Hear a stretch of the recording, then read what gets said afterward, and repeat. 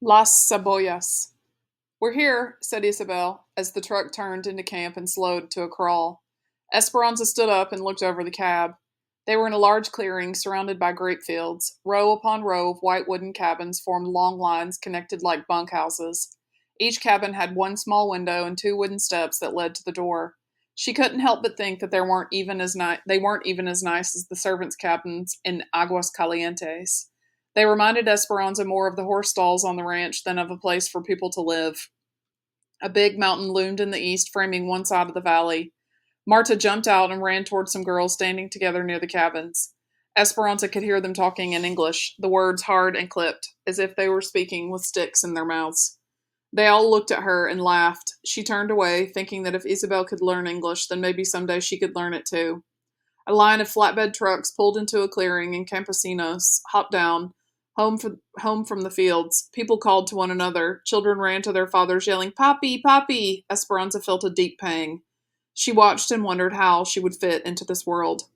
Isabel pointed to a wooden building off to the side. That's where they all have the toilets.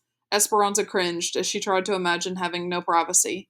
We're lucky, said Isabel solemnly. In some camps, we had to go in ditches. Esperanza looked down at her, swallowed, and nodded, suddenly thankful for something. A foreman came over and shook hands with Juan and Alfonso and pointed to the cabin in front of the truck. The women got out, took the babies, and helped Miguel with the bags. Mama and Esperanza walked into the cabin. It had two small rooms. One half of the front room was the kitchen, with a stove, sink, and counter, and a table and chairs. A pile of wood waited near the stove. Across the room was a mattress on the floor. The back room had another mattress big enough for two people and a tiny cot. In between sat a wooden fruit crate, to be used as a night table. Its sides touching each bed. Above was another small window. Mama looked around and then gave Esperanza a weak smile. Is this our cabin, or Hortensia's and Alfonso's? Asked Esperanza, hoping that hers and Mama's might be better. We are all together in this cabin, said Mama. Mama, we can't possibly all fit. Esperanza, they will only give one cabin for each man with a family. There is no housing for single women. This is a family camp, so we must have a male head of household to live and work here. And that is Alfonso. Mama sank to the bed. Her voice sounded tired. He has told them we are his cousins, and if anyone asks, we must say it's true. Otherwise, we cannot stay. We are next door to Juan and Josefina, so we can adjust the sleeping arrangements. Miguel will sleep next door with them and the babies, and Isabel will sleep here with Alfonso, Hortensia, and us. Miguel came in and sat down their valises, then left. Esperanza could hear Alfonso and Hortensia in the next room talking about the camp office. Mama got up to unpack and began to sing. Esperanza felt anger crawling up her throat. Mama, we are living like horses. How can you sing? How can you be happy? We don't even have a room to call our own. The talking suddenly stopped in the other room. Mama gave Esperanza a long, hard look. She calmly walked over and shut the door to the small room. Sit down, she said. Esperanza sat on the tiny cot, its springs screeching. Mama sat on the bed opposite her, their knees almost touching. Esperanza, if we had stayed in Mexico and I had married Tio Luis, we would have had one choice, to be apart and miserable. Here, we have two choices, to be together and miserable, or be together and happy. Mija, we have each other, and Abuelita will come. How would she want you to behave? I choose to be happy. So which will you choose? She knew what Mama wanted to hear. Happy, she said quietly. Do you know how lucky we are, Esperanza? Many people come to this valley and wait months for a job. Juan went to a lot of trouble to make sure we had this cabin waiting for us when we got here. Please be grateful for the favors bestowed upon us. Mama bent over and kissed her, then left the room. Esperanza laid down on the cot. A few minutes later, Isabel came in and sat on the bed. Will you tell me what it was like to be so very rich? She looked at Isabel, her eyes anticipating some wonderful story. Esperanza was quiet for a moment, clinging to one possible thought. Then she said, I am still rich, Isabel. We will only be here until Abuelita is well enough to travel. Then she will come with her money and we will buy a big house. A house that Papa would have been proud for us to live in. Maybe we will buy two houses so that Hortensio, Alfonso, and Miguel can live in one and work for us again. And you can visit us, Isabel. You see, this is only temporary. We will not be here for long. De veras? Asked Isabel. De veras? asked Isabel. Yes, it is the truth, said Esperanza, staring at the ceiling that someone had covered with newspaper and cardboard. My papa would never have wanted us to live in a place like this. She closed her eyes and heard Isabel tiptoe out of the room and shut the door. The weariness from the days of travel flooded over her, and her mind wandered from people peeing in ditches to Marta's rudeness to the horse stalls at El Rancho de las Rosas. How could she be happy or grateful when she had never been more miserable in her life? When Esperanza opened her eyes again, it was almost light, and she heard Mama, Hortensia, and Alfonso talking in the next room. She had slept through dinner and the entire night. She smelled cafe and chorizo. The coffee and sausage made her stomach growl, and she tried to remember when she had last eaten.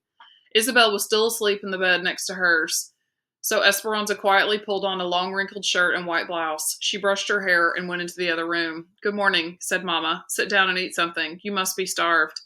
At the table, Hortensia patted her hand. You missed going to the foreman's office last night. We signed the papers to live here. We already have work today. Mama put a plate of tortillas, eggs, and sausage in front of her. Where did all the food come from? Asked Esperanza. Josefina, said Hortensia. She brought some groceries until we can go to the store this weekend. Esperanza, said Mama, you and Isabel will be watching the babies while the rest of us work. Alfonso and Juan will be picking grapes, and Hortensia, Josefina, and I will be packing grapes in the sheds. But I want to work with you, and Hortensia, and Josefina. You're not old enough to work in the sheds, said Mama, and Isabel is not old enough to watch the babies by herself. If you watch the babies, then Josefina can work, and that is one more paying job between us. We must all do our part. You will have a camp job too, sweeping the wooden platform every afternoon, for which they will deduct a little from our rent each month. Isabel can show you what to do later. What's the platform? Esperanza asked. It's the big wooden floor outside in the middle of the camp, Juan said. They use it for meetings and dances, said Mama. Esperanza stared at her food. She did not want to be stuck in camp with the children. Where's Miguel? She said. He already left for Bakersfield with some other men to look for work at the railroad, said Alfonso. Isabel came out of the bedroom, rubbing her eyes. Me, Sobrina, my niece, said Hortensia, hugging Isabel. Go say good morning to your mother and father before we all leave for work. Isabel hugged her and ran next door. Esperanza studied Mama as she made un burrito de frijoles for lunch and wrapped a soft tortilla filled with pinto beans in paper. She looked different. Was it the long cotton dress and the big flowered apron tied at her waist? No, it was more than that. Mama, said Esperanza, your hair! Mama's hair ran down her back in a single long braid, almost touching her waist. Esperanza had never seen Mama wear her hair that way. It was always done up in her beautiful plaited bun, or when she was ready for bed, brushed out and flowing. Mama looked shorter, and somehow not herself. Esperanza didn't like it. Mama reached up and stroked the back of her head. She seemed embarrassed. I figured out that I can't wear a hat with my hair on top of my head, and this makes more sense, does it not? After all, I am going to work today, not to a fiesta. Then she hugged Esperanza. We must go now. The trucks leave at 6:30 to take us to the sheds. Take good care of the babies and stay with Isabel. She knows the camp. As the three of them walked out, Esperanza noticed Mama reaching up, hesitantly touching her hair again. When Esperanza finished eating, she went outside and stood on the front step. Instead of facing another row of cabins, their cabin was in the last row facing the fields. Straight ahead, across a dirt road, were several chinaberry trees and a mulberry tree that provided deep shade over a wooden table. Beyond the row of trees were grape fields, still lush. To the right, across a grassy field, was the main road. A truck piled high with produce drove by, losing a cloud of debris. After it passed, the sharp smell told her they were onions. The dry outer skins being shredded by the wind, another truck followed. Again, the smell bit into her senses. It was still early, so the air was cool, but the sun was bright, and she knew it would be hot soon. The hens pecked and poked around the front steps. They must have been happy to be off the train. Esperanza shooed them out of her way as she turned and walked next door. The babies were still in their pajamas. Isabel was struggling to feed Lupe her oatmeal, while Pepe crawled on the floor. Splotches of his cereal still stuck to his cheeks. As soon as he saw Esperanza, he reached up for her. Let's clean them up, said Isabel. And then I'll show you the camp. First, Isabel took Esperanza to the platform she was to sweep and showed her where the brooms were stored. Then they walked through the rows of cabins, each with a baby on her hip. As they passed open doors, Esperanza could already smell the beans and onions that someone had started simmering for dinner. Women were dragging big metal wash tubs beneath the shade trees. A group of young boys kicked a ball up and down the dirt road, stirring up dust. A little girl wearing a man's undershirt as a dress ran up to Isabel and took her hand. "This is Sylvia. She is my best friend. Next week we will go to school together." Sylvia switched around and grabbed Esperanza's free hand. Esperanza looked down at Sylvia's dirty hands. Sylvia grinned up at her, and Esperanza's first thought was to pull her hand away and wash it as soon as possible.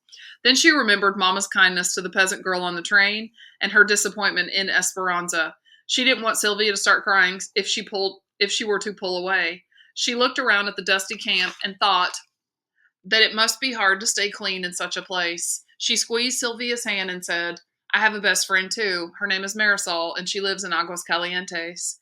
Isabel introduced Esperanza to Irene and Melina, 2 women who were hanging clothes to dry on the long line stretched between the cabins and a tree. Irene had long gray hair tied in a tail. Melina didn't look much older than Miguel, and she already had a baby of her own. "We heard the story of how you came from Aguas Calientes," said Melina. "My husband is from there. He used to work for Senor Rodriguez." Esperanza's face lit up at this news. "He knew my father since he was a boy." "Do you think your husband knew Marisol, Senor Rodriguez's daughter?" Melina laughed. No, I'm sure he didn't. He was un campesino, a field servant. He would not know the family." Esperanza felt awkward and didn't mean to make Melina admit that her husband was a servant, but Melina didn't seem bothered and began recalling other farms her husband had worked on in Aguas Calientes. Isabel pulled on Esperanza's arm. "We need to change the babies." As they walked back to the cabin, she said, "They are mother and daughter. They come over to talk and crochet with my mother all the time." "How do they know all about us already?" Isabel raised her hand and made her fingers tap up and down on her thumb as if a mouth was talking. "Everyone in camp knows each other's business." "Do you know how to change a diaper?" asked Esperanza when they got back into the cabin. "Certainly," said Isabel. "I will change them and you can rinse out the diapers. We need to do some laundry too." Esperanza watched as the young girl laid the babies down one at a time, unpinned their diapers, wiped their bottoms clean, and pinned on fresh diapers. Isabel handed Esperanza the smelly bundles and said, "Take them to the toilets and dump them. I'll find the wash tub." Esperanza held them at arm's length and almost ran to the toilets. Several more onion trucks passed by, their smell accosting her eyes and nose as much as the diapers. By the time she got back, Isabel had already filled 2 wash tubs with water from an outside pipe and was swirling soap around in one of them. A washboard was propped out inside. Esperanza went to the wash tub and hesitated, staring into the water. Bits of onion skins floated on the surface of the soapy water. She held a corner of one of the diapers, lightly dipping it in and out of the water, her hand never getting wet. After a few seconds, she gingerly lifted the diaper from the water. "Now what?" she said. "Esperanza, you must scrub them, like this." Isabel walked over, took the diapers, and plunged them into the water up to her elbows. The water quickly became murky. She rubbed the diapers with soap, vigorously scrubbed them back and forth on the washboard, and wrung them out. Then she transferred them to the next tub, rinsing and wringing again. Isabel shook out the clean diapers and hung them on the line stretched between the chinaberry and mulberry trees. Then she started on the clothes. Esperanza was amazed. She had never washed anything in her life, and Isabel, who was only 8 years old, made it look so easy. Puzzled, Isabel looked at Esperanza. "Don't you know how to wash clothes?" "Well, Hortensia took everything out to the laundry quarters. And the servants, they always." She looked at Isabel and shook her head no. Isabel's eyes got bigger, and she looked worried. "Esperanza, when I go to school next week, you will be here alone with the babies and will have to do the laundry." Esperanza took a deep breath and said weakly, "I can learn. And later today you must sweep the platform. You do know how to sweep." "Of course," said Esperanza. She had seen people sweep many times. Many times, she assured herself. Besides, she was already too embarrassed about the washing to admit anything else to Isabel. Isabel sat with the babies while Esperanza went to sweep the platform. The camp was quiet, and even though it was late in the day, the sun was unrelenting. She retrieved the broom and stepped onto the wooden floor. Dried and brittle onion skins were everywhere. In her entire life, Esperanza had never held a broom in her hand. But she had seen Hortensia sweep, and she tried to visualize the memory. It couldn't possibly be that hard. She put both hands near the middle of the broomstick and moved it back and forth. It swung wildly. The motion seemed awkward, and the fine dirt on the wooden planks lifted into a cloud. Onion jackets flew into the air instead of gathering together in a neat pile like Hortensia's.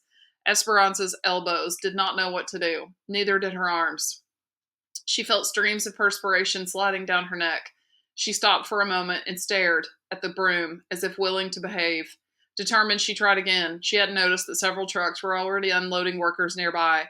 Then she heard it. First a small tittering, and then louder. She turned around. A group of women were laughing at her, and in the middle of the group was Marta, pointing. La Cenicienta, Cinderella, she laughed. Burning with humiliation, Esperanza dropped the broom and ran back to the cabin. In her room, she sat on the edge of the cot, her face flushed again at the thought of the ridicule. She was still sitting there, staring at the wall, when Isabel found her. I said I could work. I told Mama I could help, but I cannot even wash clothes or sweep a floor. Does the whole camp know? Isabel sat down on the bed next to her and patted her back. Yes. Esperanza groaned. I will never be able to show my face. She put her head in her hands until she heard someone else come into the room. Esperanza looked up to see Miguel holding a broom and a dustpan, but he wasn't laughing. She looked down and bit her lip so she wouldn't cry in front of him.